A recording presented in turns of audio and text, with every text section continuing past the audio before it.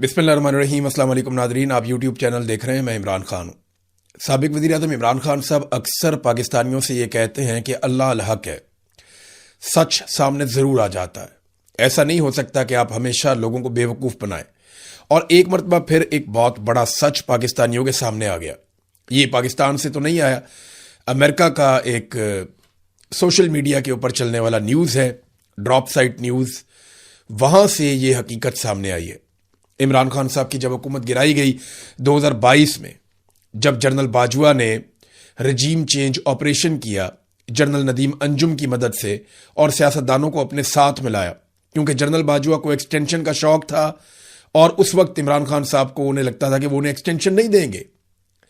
हालांकि बाद में इमरान खान साहब ने जनरल बाजवा को कहा कि अगर एक्सटेंशन के लिए ये आप मरे जा रहे हैं तो पाकिस्तान को तबाह मत कीजिए, मैं आपको एक्सटेंशन ही दे देता हूं, लेकिन इन चोरों डाकुओं को लाकर पाकिस्तान पर मुसल्लत ना करें। लेकिन खेल हाथ से निकल गया था। जनरल बाजवा ने अमेरिका को कायल कर दिया था, अमेरिका से साइफर भी आ गया था और इमरान खान साहब को एक विलन के तौर पे अमेरिका में पेश किया गया। लेकिन पाकिस्तान में इमरान खान को एक ऐसा हीरो बना दिया गया कि तारीख इतना मकबूल लीडर पाकिस्तान के अंदर नहीं देख पाई आज तक। अब इमरान खान साहब ने उस वक्त दावा किया था, एक साइफर के बारे में कौम को बताया था कि अमेरिका ने बाकायदा धमकी लगाई है और अमेरिकन धमकी के नतीजे में मेरी हुकूमत पाकिस्तान में खत्म की गई है और हमें धमकियां आ रही हैं। इमरान खान साहब ने जब वो वजीर आजम थे ना, तो जो एक पब्लिक के बीच में खड़े होकर एक तकरीर की थी, वो बड़ी यादगार थी। उन्होंने हाथ के अंदर एक पेपर पकड़ा हुआ था और ऐसे लहराया था कि ये खत है मेरे पास सबूत के तौर पे। लफ्ज साइफर उन्होंने इस्तेमाल नहीं किया, लेकिन क्योंकि वो अवामी लफ्ज नहीं था, लोग ज्यादा साइफर को जानते नहीं थे कि ये क्या होता है, लेकिन लेटर उन्होंने बोला था, खत उन्होंने बोला था इमरान खान साहब ने। जरा ये सुने कि इमरान खान साहब ने उस वक्त क्या कहा था, क्योंकि अब वो खत मंजरे आम पे आ गया। बाकायदा ड्रॉप साइट न्यूज ने उस खत को पब्लिक कर दिया है, सोशल मीडिया पे डाल दिया है। और मैं आपको कंफर्म करता हूं, क्योंकि मैंने कासिम सूरी साहब से भी बात की है और मैं खुद इमरान खान साहब को मिलने के लिए गया था 10 मार्च 2022 को, क्योंकि साइफर आया था 7 तारीख को, तहरीक अदम एतमाद आई थी 8 तारीख को, मेरी इमरान खान साहब से मुलाकात हुई थी 10 तारीख को। और 10 तारीख को मैंने एक वीलॉग किया था जिसमें मैंने ये कहा था कि इमरान खान साहब के पास ऐसे सबूत मौजूद हैं कि उनकी हुकूमत गिराने के लिए बैरूनी मुदाखलत हो रही है। वो 10 मार्च 2022 का आप मेरा वीलॉग निकाल के रिकॉर्ड के ऊपर देख सकते हैं। तो तब इमरान खान साहब ने मुझे दिखाया था कि ये लेटर आया हुआ है अमेरिका से। साइफर का मुझे उस वक्त आइडिया नहीं था कि इसको साइफर किसे कहते हैं। मैंने क्योंकि कभी फॉरेन ऑफिस को कवर नहीं किया ना, मुझे साइफर का, डिमार्श का, ये वाली टर्मिनोलॉजीज का तब पता होता जब मैं को कवर करता, मैं क्राइम रिपोर्टिंग करता था या पॉलिटिकल रिपोर्टिंग करता था, तो यहां मुझे आइडिया नहीं था। बहरहाल मैं भी तस्दीक करता हूं कि ये वही लेटर है जो इमरान खान साहब ने कहा था। आज इमरान खान सच्चा साबित हुआ और जनरल बाजवा झूठा साबित हुआ। आज इमरान खान सच्चा साबित हुआ, शहबाज शरीफ, आसिफ अली जरदारी, नवाज शरीफ और ये सारे जितने फजल रहमान समेत ये सारे सियासतदान झूठे साबित हुए। आज पाकिस्तान की अदलिया जो है वो गलत साबित हुई और कासिम सूरी का जो बयानिया था या कासिम सूरी की जो रूलिंग थी वो आज दुरुस्त साबित हुई और ये सबूत सारी दुनिया के सामने आ गया। अब कर लो अपना मुंह काला। इमरान खान साहब ने उस दिन क्या कहा था, जरा ये पहले आप सुने। मैं इल्जामात नहीं लगा रहा, अब ये जरा सुने, मैं इल्जामात नहीं लगा रहा, मेरे पास जो ये खत है ये सबूत है, ये मेरे पास जो खत है ये सबूत है। और मैं आज ये सबके सामने कहना चाहता हूं कि कोई भी शक कर रहा है ना इस मेरे खत के ऊपर, कोई भी शक कर रहा है, मैं उनको दावत दूंगा, ऑफ द रिकॉर्ड बात करेंगे, लेकिन मैं आपको खुद देख सकेंगे कि ये मैं किस किस्म की बात कर रहा हूं। अपनी कौम और मीडिया को ये सोचने, हम सबको हमने ये सोचना है कि हम कब तक ऐसे रहना चाहते हैं। मैं अपनी कौम को भी कह रहा हूं, अपने मीडिया को भी कह रहा हूं, कि हम कितनी देर इस तरह गुजारा करेंगे। धमकियां मिल रही हैं। ये इमरान खान साहब ने बड़े दुखी अंदाज में उस दिन बताया था। 27 मार्च 2022 को धमकियां मिल रही हैं और साइफर लहराया था और फिर अपने वॉइस कोड के अंदर रख लिया था और दावत दी थी कि जिसको एतबार नहीं है वो आकर ऑफ द रिकॉर्ड बैठ जाए, मैं सबूत देता हूं। ये इमरान खान साहब ने कहा था। उस वक्त का जो डीजी आईएसपीआर था जनरल इफ्तिखार बाबर, उनका स्टेटमेंट क्या था, जरा ये भी आप सुन लें। हमारे लिए ये हैरान कुन था जब 27 मार्च इस्लामाबाद के जलसे में कागज का एक टुकड़ा लहराया गया और ड्रामाई अंदाज में एक ऐसा बयानिया देने की कोशिश की गई जिसका हकीकत से दूर दूर तक कोई वास्ता नहीं था। साइफर के हवाले से हाल ही में कई हकायक मंजर आम पर आ चुके हैं। लो जी, कागज का टुकड़ा करार दिया और उसका हकीकत से कोई ताल्लुक नहीं था, ये उस वक्त के DG ISPR General Iftikhar Babar ने कहा था। जर्नैल झूठे साबित हुए, इमरान खान सच्चा साबित हुआ। वो साइफर मौजूद है और उसके अंदर क्या लिखा है वो भी मौजूद है। आपको मैं उसका एक टुकड़ा पढ़ के सुनाता हूं कि साइफर के अंदर क्या क्या चीजें हैं। ये देखिए उसकी ट्रांसलेशन। इसके अंदर जनाब लिखा हुआ है कि एटमी ताकत है पाकिस्तान, उसको जो धमकी दी गई है डोनाल्ड लू ने जो दी वो क्या थी। हमें यकीन है कि अगर पाकिस्तान वजीर आज़म इमरान खान की क़यादत में रहा तो उसे आलमी सतह पर तन्हाई का सामना करना पड़ेगा। अगर वजीर आज़म इमरान खान के खिलाफ अदम एतमाद की तहरीक कामयाब हो जाती है तो वाशिंगटन में सब कुछ माफ किया जा सकता है और ताल्लुकात दोबारा बेहतर हो सकते हैं, वरना पाकिस्तान के लिए मुश्किलात बढ़ जाएंगी। ये धमकी लगाई गई अमेरिका की जानिब से पाकिस्तान को। एक एटमी ताकत है पाकिस्तान और देखें किस तरह पाकिस्तान को ट्रीट किया गया उस वक्त, सिर्फ इमरान खान की हुकूमत गिराने के लिए। आज पूरी दुनिया को पता चल गया कि इमरान खान ने सच बोला था। अमेरिकन मीडिया ने पहले ही ये बता दिया था, लेकिन क्योंकि ये डॉक्यूमेंट मौजूद नहीं था तो उंगलियां उठाई जाती थी। आपको याद है मरियम नवाज का स्टेटमेंट कि अब कौन मुल्क हमें साइफर भेजेगा। यानी मरियम नवाज को यह पता ही नहीं था कि एक्चुअली साइफर क्या है। उन्होंने कहा अब कौन सा मुल्क हमें साइफर भेजेगा, जब इन्होंने साइफर के बारे में ये सब कुछ कर दिया, पकड़ के इन्होंने सारा कंट्रोवर्शियल कर दिया। अब यह साबित हो रहा है कि साइफर का मतन वही है जो इमरान खान ने परेड ग्राउंड के जलसे में और फिर बाद में अवाम के सामने रखा था। डोनाल्ड लू ने कहा कि मेरा ख्याल है कि अगर वजीर आजम के खिलाफ तहरीक अदम एतमाद कामयाब हो जाती है तो वाशिंगटन में सब कुछ माफ कर दिया जाएगा, क्योंकि दौरा रूस को खुद वजीर आजम का एक फैसला समझा जा रहा है। बसूरत दीगर मैं समझता हूं कि आगे का रास्ता बहुत मुश्किल हो जाएगा। वो कुछ देर के लिए रुके और फिर कहा मैं ये तो नहीं बता सकता कि यूरोप उसे किस नजर से देखेगा, लेकिन मुझे शक है कि उनका रद्द-ए-अमल भी कुछ ऐसा ही होगा। फिर उन्होंने कहा कि ईमानदारी की बात यह है कि मैं समझता हूं कि यूरोप और अमेरिका की तरफ से वजीर आजम की तन्हाई बहुत शदीद हो जाएगी। ये पाकिस्तान को धमकियां लग रही थी और यही बात इमरान खान कह रहा था। तो जब इमरान खान ने कहा कि क्या हम कोई गुलाम है, ये इसका नतीजा था। फिर इमरान खान ने जो एब्सोल्युटली नॉट कहा था उसका नतीजा था।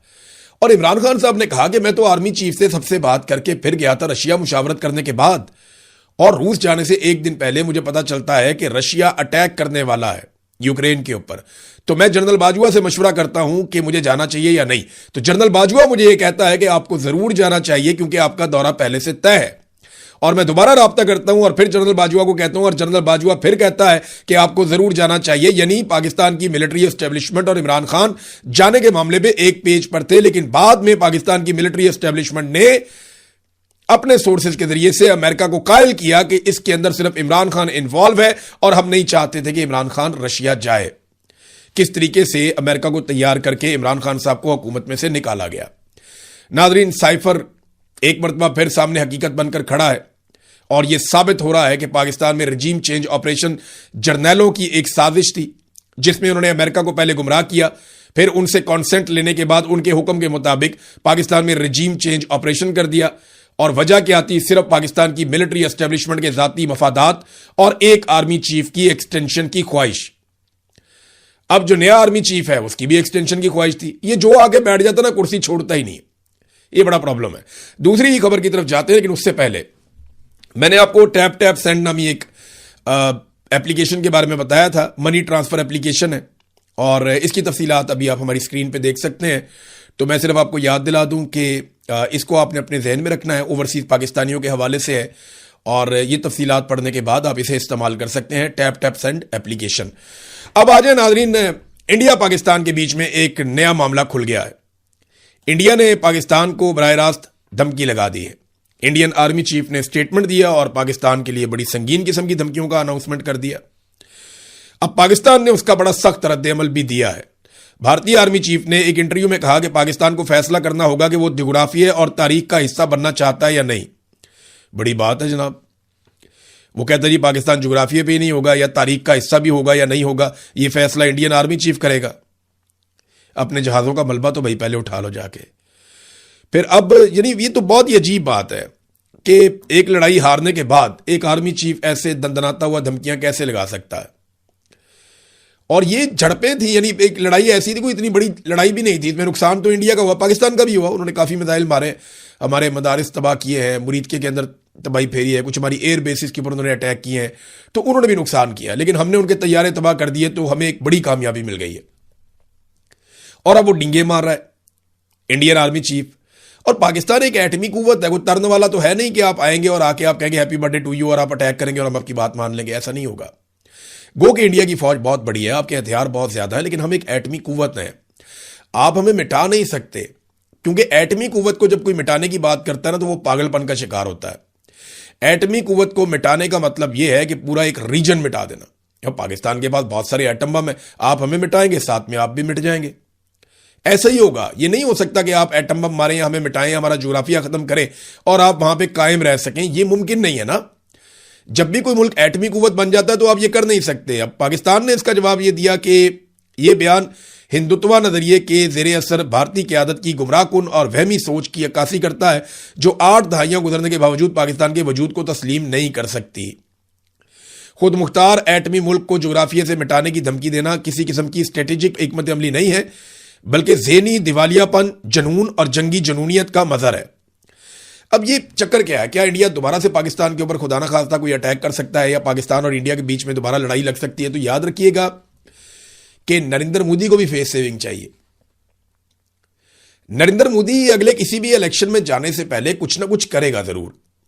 कोई ना कोई हो सकता है इंडिया में फिर से फॉल्स फ्लैग ऑपरेशन हो जाए और फिर पाकिस्तान के ऊपर अटैक कर दिया जाए और फिर पाकिस्तान भी जवाब देने पर मजबूर हो जाए।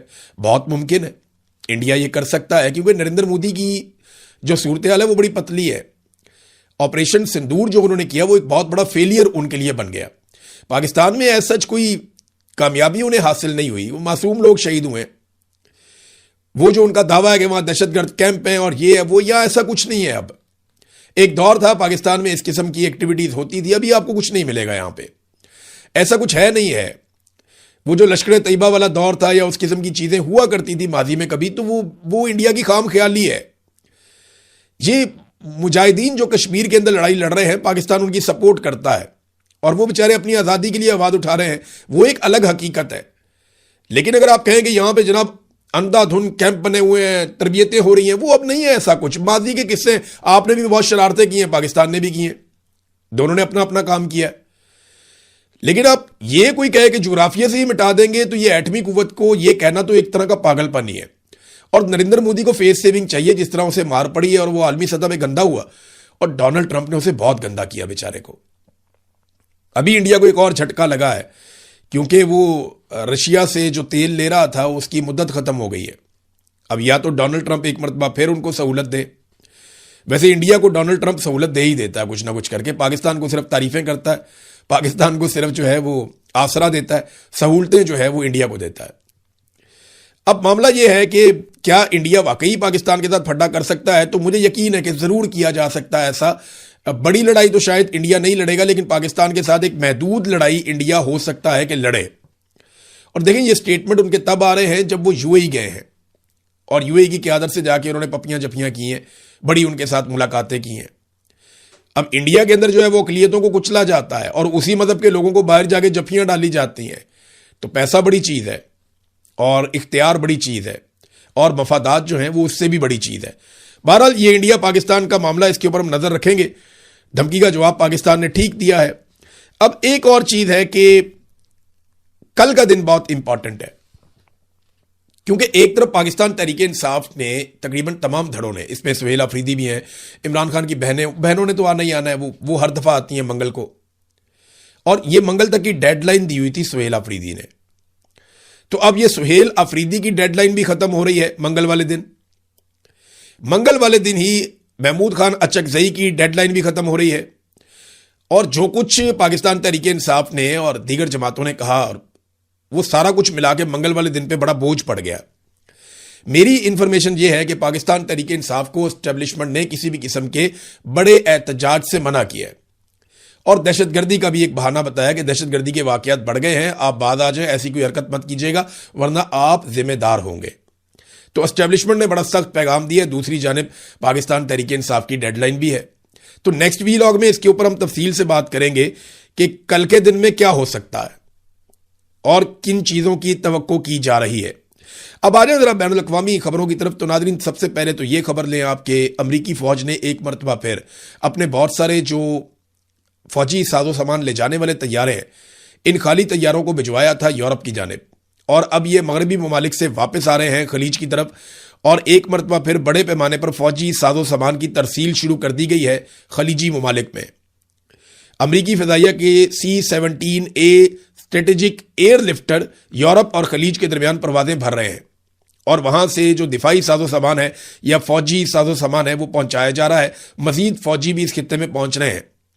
वजह क्या हो सकती है? यहां पे बैनुल अक़वामी सतह पे कुछ खबरें छपी हैं और उन खबरों में यह दावा किया जा रहा है कि अमेरिका और इसराइल आइंदा हफ्ते ईरान पर हमले की तैयारी कर रहे हैं।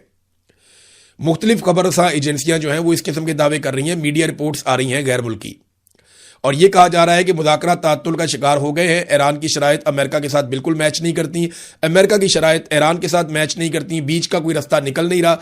पाकिस्तान हो या चाइना हो, किसी की भी सालसी काम नहीं कर रही। और अगर यह सिचुएशन ऐसे ही रहती है तो डोनाल्ड ट्रंप पे भी प्रेशर बढ़ेगा और ईरान पे भी। ईरान पे प्रेशर इस बात का है कि ईरान के जो तेल के कुएं हैं वहां से वो तेल निकालकर उनकी तरसील नहीं कर पा रहा, उनके जहाजों के रास्ते रुके हैं। और अमेरिका पे प्रेशर इसलिए है कि जब अमेरिका ईरान का रास्ता रोकता है तो पूरी दुनिया के रास्ते भी आबनाए हुर्मत में रुकते हैं।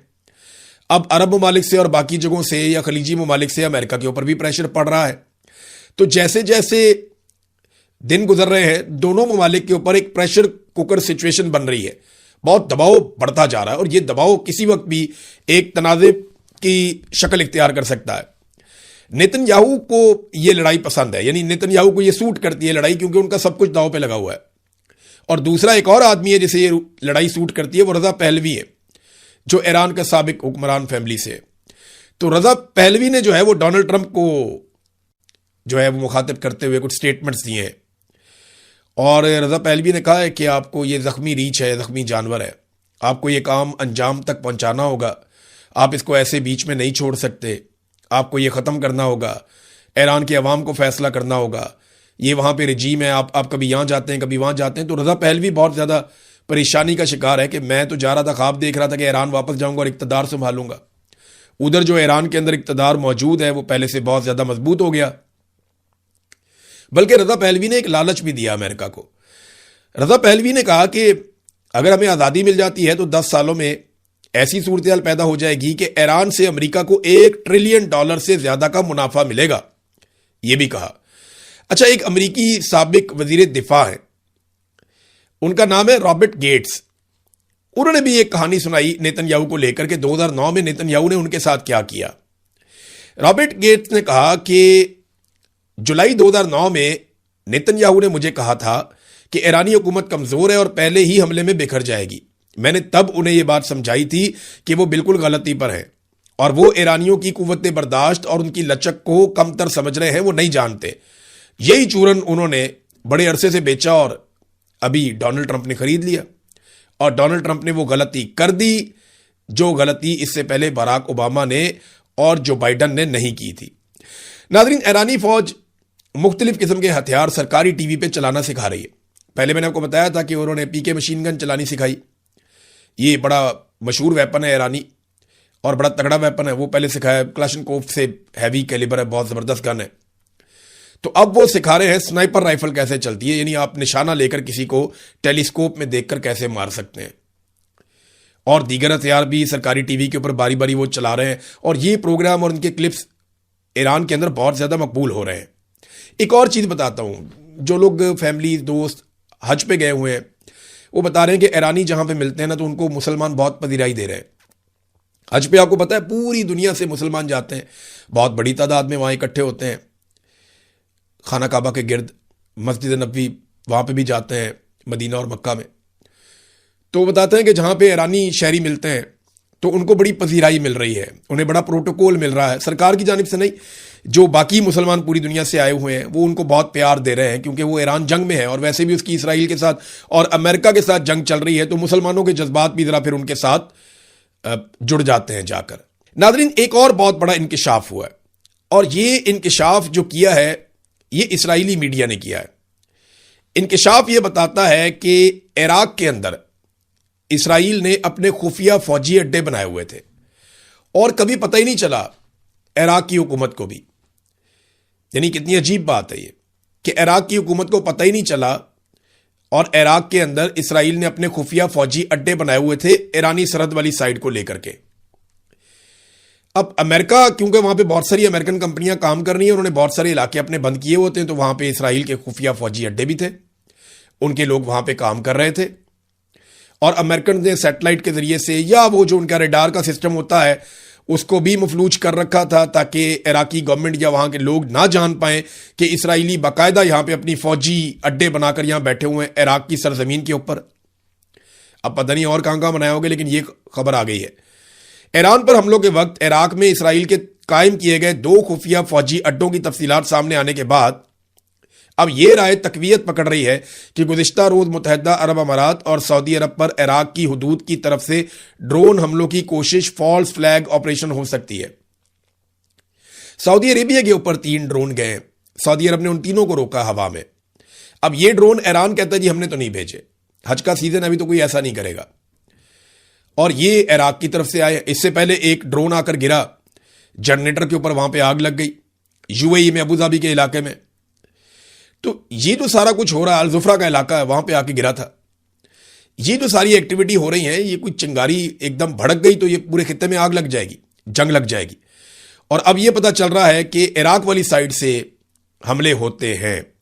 जैसे ईरान पर हमलों के दौरान सऊदी अरब, तुर्की और मुत्तहिदा अरब अमारात पर मुतअद्दिद हमलों से ईरान ने लाताल्लुकी इख्तियार की थी कि हमने नहीं मारा, ये ड्रोन आए जरूर है, ये हथियार आए जरूर है, लेकिन ये हमने इस्तेमाल नहीं किए। इराक में इसराइली खुफिया अड्डे से मुताल्लिक इतला देने वाला जो चरवाहा था, उसको सबसे पहले पता चला ना, वो अपनी बकरियां, अपने जानवर चुरा रहा था, तो उसको पता चलता है कि यहां पे तो ये खुफिया अड्डे बने हुए हैं। तो इराक में इसराइली खुफिया अड्डे से मुताल्लिक इतला देने वाले चुराहे को इसराइली फौज ने कत्ल कर दिया था। इस खबर को अब अमेरिकी मीडिया में भी कवरेज मिल रही है, न्यूयॉर्क टाइम ने भी इसकी खबर शाया की है। इस पर मिस्री ओपन सोर्स इंटेलिजेंस अकाउंट ने एक तबसरा किया, उन्होंने बताया कि बिलाखिर कोई तो इस इराकी चरवाहे के बारे में बात कर रहा है जिसने इराक के सहरा में एक खुफिया इसराइली फौजी अड्डे का सुराग लगाया था और इसराइली फौज ने उसका पीछा करके उसे हलाक कर दिया था, जिन्होंने उसके पीछे एक हेलीकॉप्टर भेजा और उस वक्त तक फायरिंग की जब तक कि उसकी गाड़ी शोलों की लपेट में नहीं आ गई। तो ये एक चरवाहे ने पोल खोला था और अब समझ आ रही है कि किस तरीके से इस रीजन से जब अटैक किया जाता है तो ऐसा तासुर बनता है कि ये हमले ईरान कर रहा है। बहरहाल अब तक के लिए इतना ही, अपना ख्याल रखिएगा, अपने चैनल का भी। अल्लाह हाफ़िज़।